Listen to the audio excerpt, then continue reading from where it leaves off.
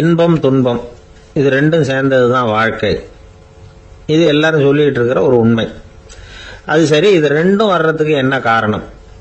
துறவி ஒருத்தர் யோசிச்சு பார்த்திருக்கார். இன்ப துன்பம் தோன்றுவதற்கு முக்கியமா 6 காரணங்கள் உண்டு அப்படிங்கிறார் அவர். அது என்னங்கிறத நாமளும் தெரிஞ்சு வச்சுக்குவோமே. இப்ப முதல் காரணம் சுயநலம். ஒரு தாயார் தன்னுடைய சுயநலம் கருதி தன்னுடைய மகன் இன்பமா இருக்கணும்னு ஆசைப்படுறாங்க. மகனும் அப்படியே ஆசைப்படுறான். அதனால தாயாரின் இன்ப துன்பங்களை பார்த்துட்டு மகனும் இன்ப துன்பம் அடையறான். அந்த அம்மாவுக்கும் அதே நிலைமை தான். 2வது காரணம் உறவு. நான் துறவியான பிறகு கூட உறவுங்கிற காரணத்தினால தான் தாயாருடைய சுக துக்கங்களை கண்டு நானும் சுக துக்கம் அடைகிறேன். என் தாயாருடைய நிலைமையும் இதுதான் அப்படிங்கிறார் ஒரு துறவி. 3வது காரணம் என்னன்னா அறிமுகம். எனக்கு அறிமுகமான ஒருத்தரை ரயில் நிலையத்தில் சந்திக்கிறேன். அவர் தன்னுடைய பணப்பையை எங்கேயோ தொலைச்சி விட்டு வருத்தப்பட்டு இருக்கிறார். நானும் வருத்தப்படுறேன். அந்த சமயத்தில் யாரோ ஒருத்தர் இதுதானே அவங்க பணப்பை அப்படின்னு சொல்லி கொண்டாந்து நீட்டுறார். பணப்பையை தொலைச்சவர் சந்தோஷப்படுறார். நானும் சந்தோஷப்படுறேன். இது அந்த துறவி சொல்ற அனுபவம். 4வது காரணம் என்னன்னா கருணை. எனக்கு முன்னே பின்ன தெரியாத ஒருத்தனை யாரோ ஒருத்தன் அடிச்சு காயப்படுத்தி போடுறான்.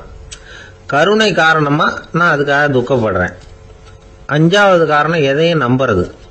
ஒரு பசுமாட்டை ஒரு முரணை அடிச்சுக்கிட்டு இருக்கிறான் அப்படின்னு ஒருத்தர் நம்மகிட்ட சொல்றாருன்னு வைங்க, உடனே நான் துக்கப்படுறேன்.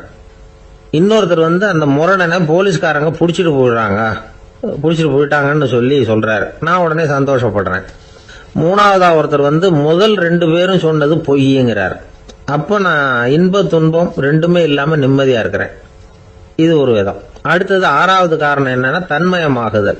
ஒரு நாவல் படிச்சுக்கிட்டு இருக்கிறோம்.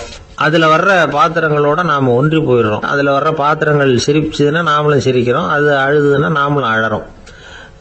அதெல்லாம் அந்த துறவி சொல்ற அனுபவ உண்மைகள். இன்ப துன்பம் இது ரெண்டும் தோன்றுவதற்கு சுயநலம், உறவு, அறிமுகம், கருணை, எதையும் நம்புறது, தன்மயமாகிறது, இது எல்லாம் தான் முக்கிய காரணம் அப்படின்னு அவர் சொல்றார்.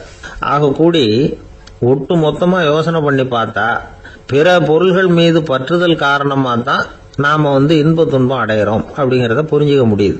மனுஷன் இன்ப துன்பம் அடையறதுக்கு 7வது காரணம் கூட ஒண்ணு உண்டு அப்படின்னு சொல்லிட்டே வந்தார் ஒருத்தர். அது என்ன அப்படின்னு கேட்டோம். அதுதான் சார் நீங்க சொல்லிட்டு வர்ற இன்று ஒரு தகவல்னார். எப்படி சொல்றீங்கன்னு கேட்டோம்.